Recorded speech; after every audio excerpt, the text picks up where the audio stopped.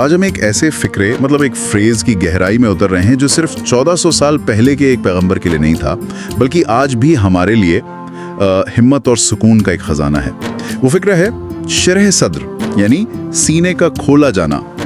ये कुरान की सूरा 94 अल-इंशिरा की पहली आयत है, जो उस वक्त नाजिल हुई जब पैगंबर मोहम्मद सल्लल्लाहु अलैहि वसल्लम मक्का में अपनी दावत के सबसे मुश्किल दौर से गुजर रहे थे।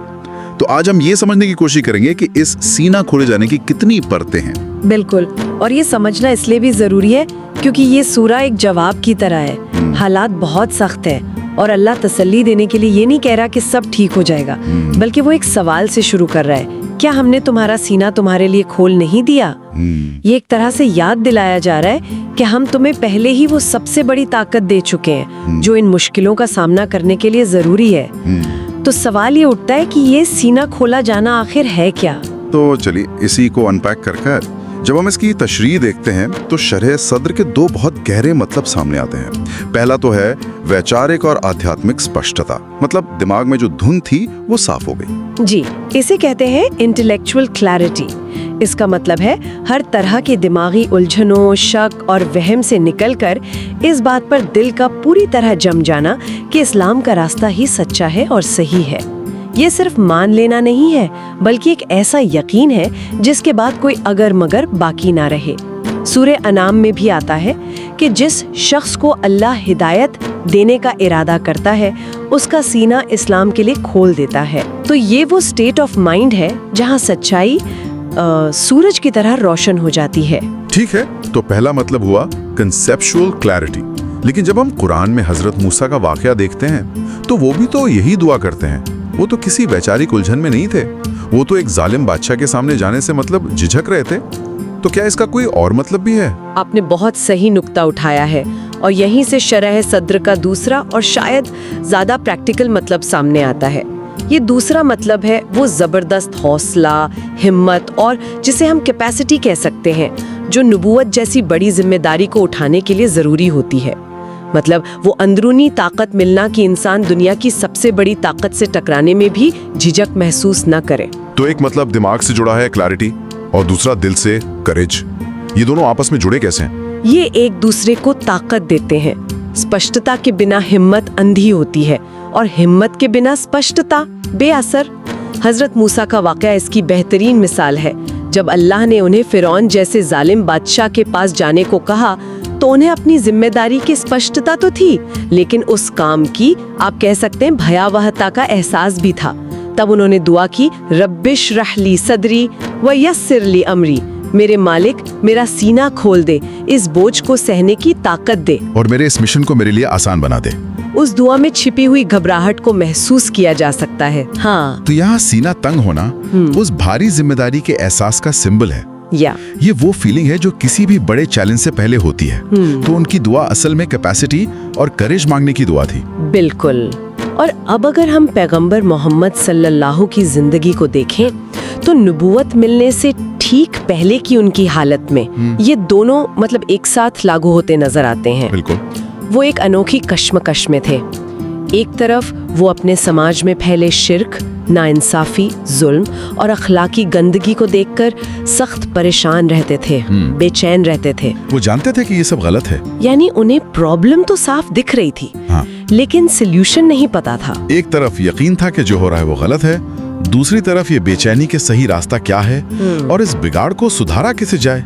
ये तो एक बहुत बड़ी दिमागी उलझन हुई। जी, ये थी पहली जरूरत वैचारिक स्पष्टता की। और जब अल्लाह ने उन पर वही नाजिल की तो इकरा के साथ उन्हें वो सीधा रास्ता दिखा दिया, जिससे उनके दिल को पूरा इत्मीनान मिल गया। उनकी सारी दिमागी उलझन दूर हो गई। ये था शरह सद्र का पहला मतलब। लेकिन काम यहीं खत्म नहीं हुआ। बिल्कुल, यहीं से शुरू हुआ। हाँ, अब उन्हें उस सच्चाई को लेकर पूरे दुनिया के खिलाफ अकेले खड़ा होना था। और यहीं पर दूसरे मतलब यानी हिम्मत और हौसले की जरूरत पड़ी होगी, क्योंकि एक बात जान लेना और उस जानने हुए सच के लिए सब कुछ दांव पर लगा देना, ये दो अलग अलग चीजें हैं। बिल्कुल। तो अल्लाह ने वही के जरिए उन्हें सिर्फ ज्ञान नहीं दिया, बल्कि वो हिम्मत, हौसला और समझ भी अता की जो इस अजीम मिशन को अकेले दम पर शुरू करने के लिए जरूरी थी। दुश्मनों के तूफान के सामने खड़े होने, हर तकलीफ को बर्दाश्त करने की ताकत दी। तो उनके हक में शरह सद्र का मतलब दिमागी उलझन का खत्म होना और मिशन के लिए जबरदस्त हिम्मत मिलना दोनों था। एक मुकम्मल पैकेज। ये बात वाकई बहुत दिलचस्प है, लेकिन एक और तशरीह भी सुनने में आती है जो शरह सदर को शक्के सदर यानी सीना चाक किए जाने वाले चमत्कार से जोड़ती है। इसमें कितनी सच्चाई है? ये एक अहम नुक्ता है और यहाँ ये गलतफहमी दूर करना जरूरी है। हदीस की किताबों में शक्के सदर के वाक़े मिलते हैं। कुछ मुफस्सिरों ने इस आयत को उसी वाक़े की तरफ इशारा माना है, लेकिन ज़्यादातर मुहक्किकीन यानी रिसर्चर्स इस बात से इत्तेफाक नहीं रखते। उसकी वजह ज़बान की बारीकी में है। अरबी में शरह का मतलब होता है खोलना, कुशादा करना या किसी बात को वाज़े करना, जैसे किसी मुश्किल टेक्स्ट की शरह की जाती है, जबकि शक का मतलब होता है चीरना या फाड़ना। अच्छा, तो ये बहुत अहम फ़र्क है।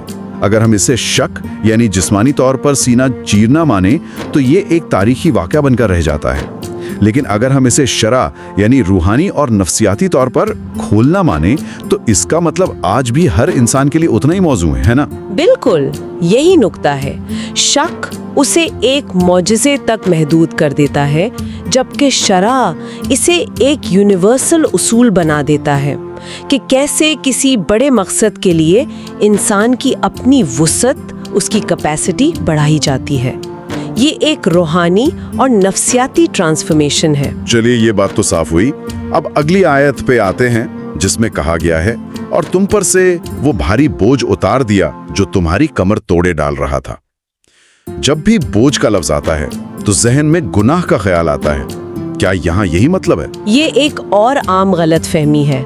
यहाँ विज़्र यानी बोझ का मतलब गुनाह हरगिज नहीं है। पहली बात तो ये कि विज़्र लफ्ज का मतलब सिर्फ गुनाह नहीं होता, बल्कि ये किसी भी भारी बोझ के लिए इस्तेमाल होता है।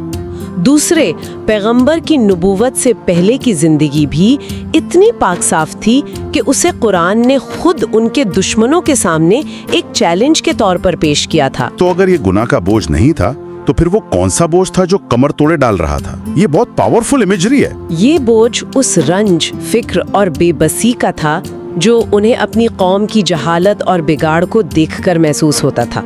जरा तसव्वुर कीजिए, शिर्क का अंधेरा, अखलाकी गंदगी, जुल्म, लड़कियों को जिंदा दफन करना। एक हसास और नेक इंसान के लिए ये सब देखना और कुछ कर ना पाना, ये एहसास ही कमर तोड़ देने वाला होता है।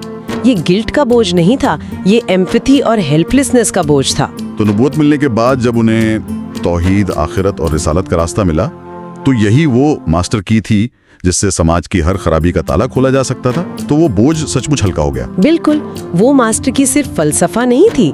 तौहीद ने शिर्क को खत्म करने का रास्ता दिखाया, आखिरत के यकीन ने जुल्म पर लगाम लगाई, और रिसालत ने एक मुकम्मल निज़ाम दिया कि समाज को चलाना कैसे है।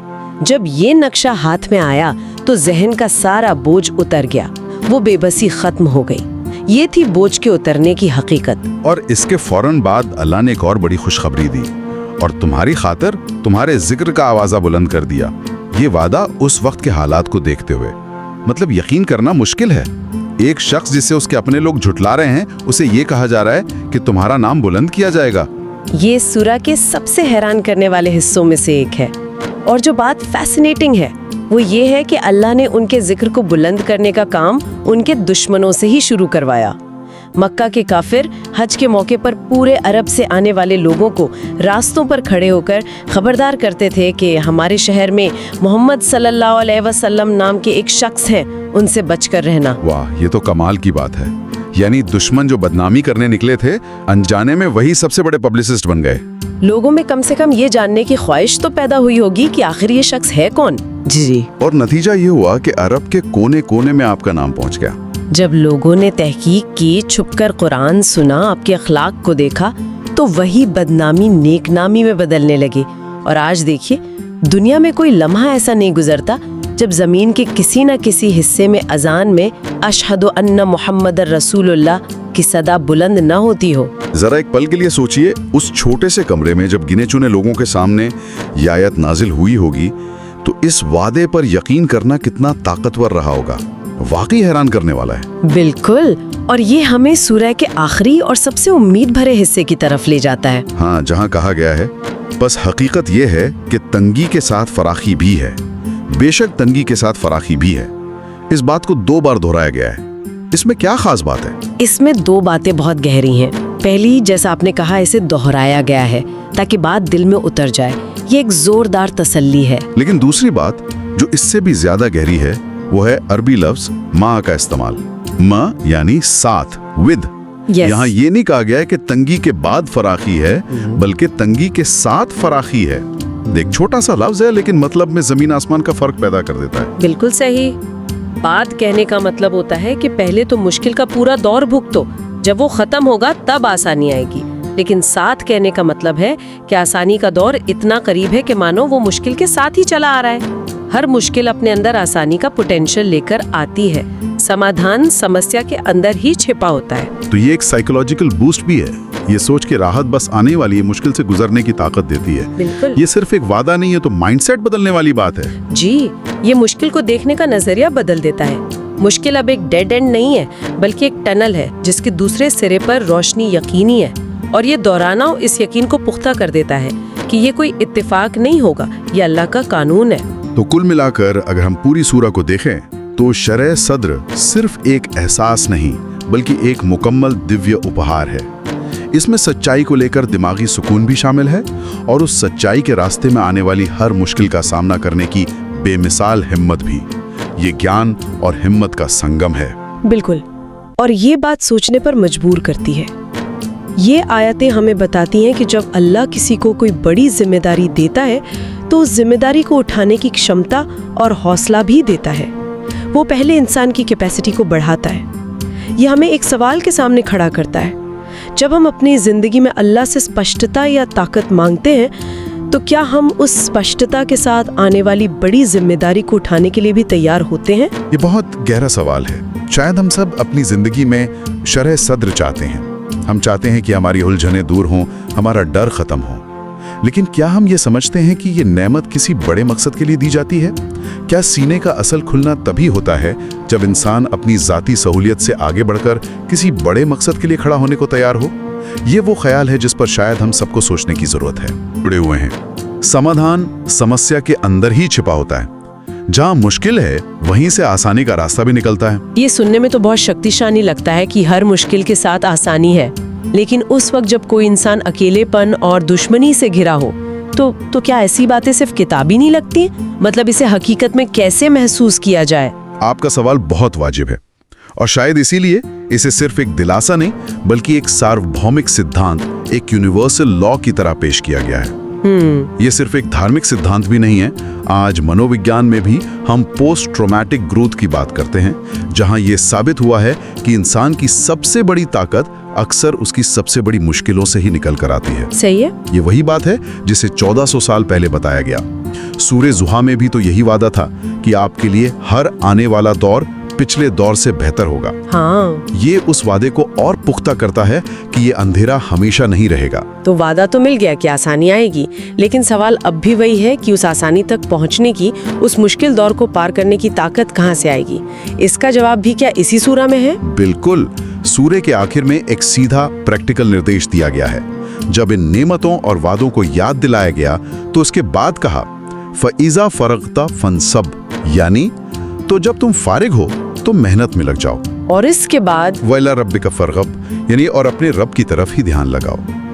अब यहाँ फारिग होना दुनियावी कामों से, अपनी जिम्मेदारियों से फुर्सत पाना है। और निर्देश है कि जैसे ही फुर्सत मिले तो आराम न करो, बल्कि इबादत की सख्त मेहनत में लग जाओ। नसब का मतलब है खुद को थका देना। ये बताता है कि सच्ची ताकत, अंदरूनी मजबूती और मुश्किलों का सामना करने की हिम्मत अल्लाह के साथ गहरे ताल्लुक और एक अनुशासित आध्यात्मिक अभ्यास से ही मिलती है। मतलब ये कि जब बाहरी दुनिया आप पर हमला कर रही हो तो उसका जवाब बाहर जाकर लड़ने से पहले अपने अंदर की दुनिया को मजबूत करके देना है। ये खुद को रूहानी तौर पर रिचार्ज करने का तरीका है। हाँ। इसकी तुलना सूरह मुज़म्मिल के निर्देशों से भी की जाती है, जहाँ रात में उठकर इबादत करने पर जोर दिया गया है। ये एक पैटर्न दिखाता है। एकदम सही। ये एक केंद्रीय विषय है। बाहरी चुनौतियों का मुकाबला करने के लिए अंदरूनी ताकत जरूरी है, और वो ताकत इबादत से, अल्लाह से कनेक्शन बनाने से आती है। ये ऐसा है जैसे एक तूफान में फंसा जहाज अपने लंगर को समुद्र की गहराइयों में डाल दे।